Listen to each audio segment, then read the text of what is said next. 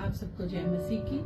फिर से प्रियो आप सबका स्वागत करती हूँ the lord is my shepherd channel पर। प्रियो आज का जो हमारा विषय है वो मेरे और आपके लिए बहुत ही इम्पोर्टेंट विषय है, जिसको मुझे और आपको अपने जीवनों में शामिल करना है, प्रैक्टिकल करके देखना है। जो भी वीडियो हम बनाते हैं the lord is my shepherd के ओर से प्रियो, अपने जीवन में उन बातों को प्रैक्टिकल जरूर करके देखिए, क्योंकि विदाउट प्रैक्टिकल परमेश्वर की बातें हम सुनेंगे तो जरूर, परंतु वो हम अपने जीवन में शामिल नहीं कर पाएंगे। हम परमेश्वर की आशीषों से, करुणाओं से और पवित्र आत्मा की सामर्थ्य से दूर होते चले जाएंगे। तो इसीलिए जो भी चीज आप सुने उसका प्रैक्टिकल जरूर करके देखिए, क्योंकि अगर एक जन कोई भी चीज समझिए, फॉर एग्जाम्पल हम रोटी बनाना सीखते हैं और अगर हम देखते रहे और अब रोटी बनाए ना, तो हमें पता नहीं चलेगा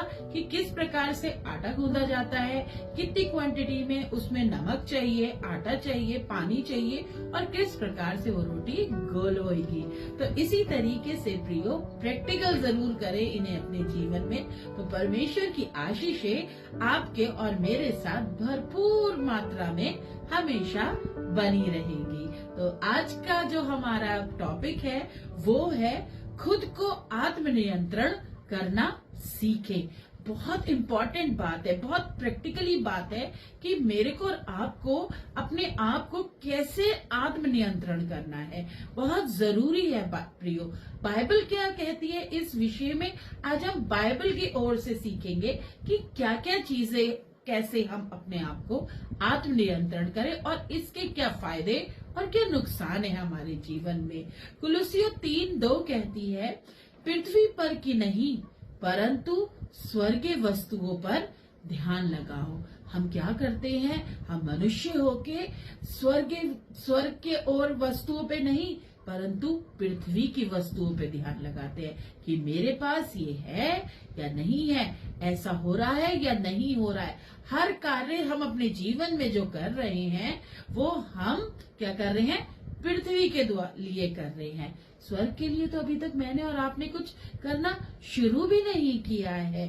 नीति वचन 25:28 कहती है, आत्मनियंत्रण के बिना एक मनुष्य एक शहर की तरह है जो टूट गया है और बिना दीवारों के रह रहा है। आप सोच सकते हैं कि अगर आपके घर में दीवारें ना हो, यहाँ तो शहर की बात हो रही है, मैं फिर भी आपसे आपके घर की बात कर रही हूँ कि अगर घर में दीवारें ना हो प्रियो, पहले तो मकान ही बन के नहीं खड़ा होगा। और दीवारें अगर टूट जाए, हम बाउंड्री वॉल क्यों बनाते हैं कि कोई भी अनचाहा जन हमारे घर में एंटर ना कर सके, जिसे जब तक हम परमिशन ना दें। तो हमें भी अपनी आत्मा में, अपनी हृदय में ऐसी दीवारों को बनाना है, जो ऐसे दरवाजे को लगाना है जो शैतान की बातें एंटर ना कर सके।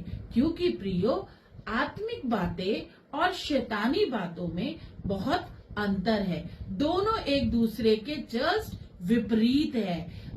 हमारी शारीरिक अभिलाषाएं और हमारी आत्मिक अभिलाषाएं दोनों एक दूसरे के विपरीत रूप है, जो एक साथ नहीं आ सकता प्रियो।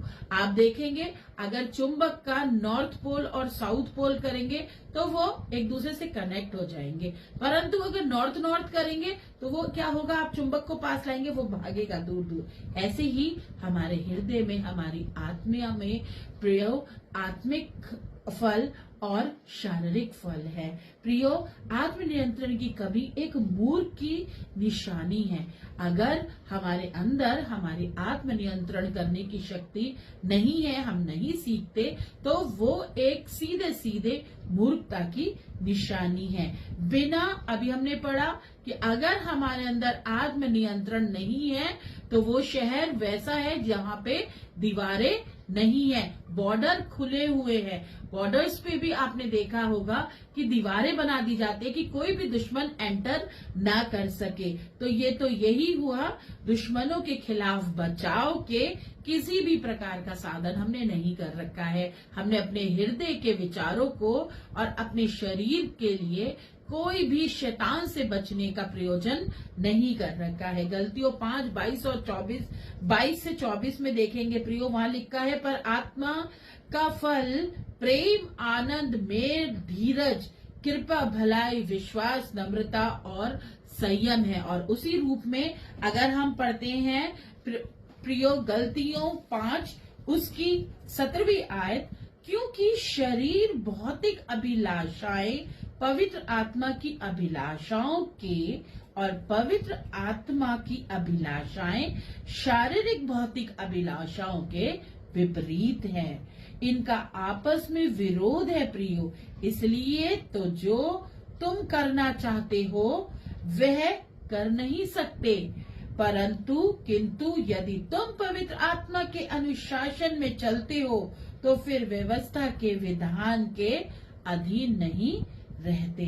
अब देखो, हमारे शरीर की पापपूर्ण प्रकृति के कामों को तो सब जानते हैं। वे है जिन चीजों पे हमें आत्म नियंत्रण रखना है, वो है व्यभिचार, अपवित्रता, भोग विलास, मूर्ति पूजा, जादू टोना, बैर भाव, लड़ाई झगड़ा, ढा, क्रोध, स्वाधीरपन, मतभेद, फूट, ईर्ष्या, नशा, लपटना या ऐसी ही और बातें। अब मैं तुम्हें इन बातों के बारे में वैसे ही चेता रहा हूँ जैसे मैंने तुम्हें पहले ही चेता दिया था कि जो लोग ऐसी बातों में भाग लेते हैं वे परमेश्वर के राज्य के उत्तराधिकारी नहीं हो पाएंगे। तो प्रियो, हमें ये ध्यान देना है कि हम परमेश्वर के राज्य के उत्तराधिकारी बनेंगे और अपने ऊपर आत्मनिर्भर करेंगे, आत्म नियंत्रण करेंगे, ताकि हमारे आत्मा के फल हम में दिखाई दे, जो है प्रेम, आनंद, मेल, धीरज, कृपा, भलाई, विश्वास, ना कि वो सब जो हमने अभी पढ़े। प्रियो, सोच लीजिए, समझ लीजिए, अपने ऊपर आत्म नियंत्रण करना सीख जाइए। जय